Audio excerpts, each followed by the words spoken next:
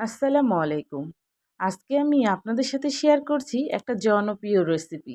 আর pasta, গরুর মাংস, noodles যদি একসাথে হয় তাহলে কেমন হয় বলুন তো? তো শেয়ার করছি আমি কিভাবে রান্না করলাম। পাস্তাটা আমি গরম পানিতে দিয়ে দিলাম। আর দিচ্ছি সাথে নুডলস। আর পাস্তাটা একটু আগেই দিতে হবে কারণ এটা সিদ্ধ হতে একটু সময় লাগে নুডলসের তুলনায়। তো নুডলসটা দিয়ে কিন্তু বেশিক্ষণ রাখা যাবে না। একটুতেই নরম হয়ে যায়। তো আমার সেদ্ধটা হয়ে গেছে, নামিয়ে নিচ্ছি। আর দেখতে তো পাচ্ছেন, এখন ঠান্ডা পানি দিয়ে কিন্তু আমি এটা ধুয়ে নিব। ধুয়ে নিলে এইটা কিন্তু একদম একটার সাথে আরেকটা লেগে যাবে না। দেখতে তো পাচ্ছেন দলা পাকাবে না। তো আমি এখন ঠান্ডা পানি দিয়ে ধুয়ে নিয়েছি আর এদিকে আমি গরুর মাংসটা রান্না করে নিব। সাথে দিচ্ছি দারচিনি, এলাচ, পেঁয়াজ। তেলে আমি ভেজে নিচ্ছি। পরিমাণ মতন একটু আদা ও রসুন বাটা দিয়ে দিলাম, মরিচের গুঁড়া, হলুদের গুঁড়া আর ধনিয়া গুঁড়া দিয়ে দিলাম। পেঁয়াজের সাথে মশলাটা আমি এখন ভেজে নিচ্ছি। অল্প করে পানি দিচ্ছি কষানোর জন্য, স্বাদ বাড়ানোর জন্য লবণ দিচ্ছি। মশলাটা ভালো করে কষিয়ে নিয়েছি আর দেখতে তো পাচ্ছেন গরুর মাংসটা একদম ছোটো ছোটো করে পিস করে নিয়েছি। আর নুডলসের সাথে কিন্তু এরকম করে ছোট করে পিস করে যদি গরুর মাংসটা রান্না করে দেওয়া যায় খেতে কিন্তু ভীষণ মজা হয়ে থাকে। তো আমি এখন এটা আস্তে আস্তে রান্নাটা সেরে নিব। তো গরুর মাংসটা কিন্তু এইভাবে রান্না করে নুডলসের সাথে দিলে নুডলসটা খেতে কিন্তু ভীষণ মজার হয়ে থাকে।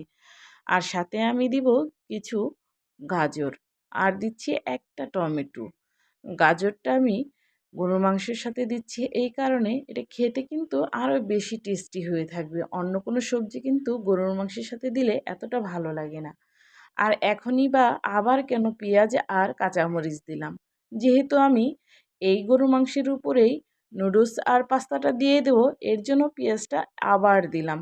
আর এটা একটু আধো আধো কাঁচা থাকবে আর একটু দাঁতের ফাঁকে পড়লে বেশ মজার লাগবে। তো দেখতে তো পাচ্ছেন কত সুন্দর একটা কালার চলে আসছে আর প্রায় হয়েও আসছে। এখন আমি এখানে পাস্তা নুডলসটা দিয়ে দেব। তো দিয়ে দিলাম। এখন যে নুডলসের সাথে যে প্যাকেটে মশলাটা থাকে সেটা দিয়ে দিচ্ছি। আস্তে আস্তে সব মশলাই আমি দিয়ে দিব।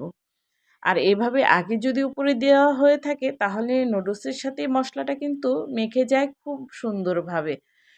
তো আমি এখন সবগুলো উপকরণ একসাথে আবারও মিশিয়ে নিচ্ছি।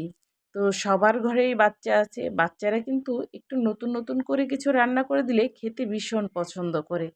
আর বাচ্চাদের সাথে বাচ্চাদের বাবারাও কিন্তু ভীষণ পছন্দ করে। তো সাথে আমি একটু টমেটো সস দিয়ে দিব। তো আর এখানে একটু সয়া সসও কিন্তু দিয়ে দিচ্ছি। খেতে আরও বেশি ভালো লাগবে। আর এটা কিন্তু আমার ঘরে বেশ জনপ্রিয়।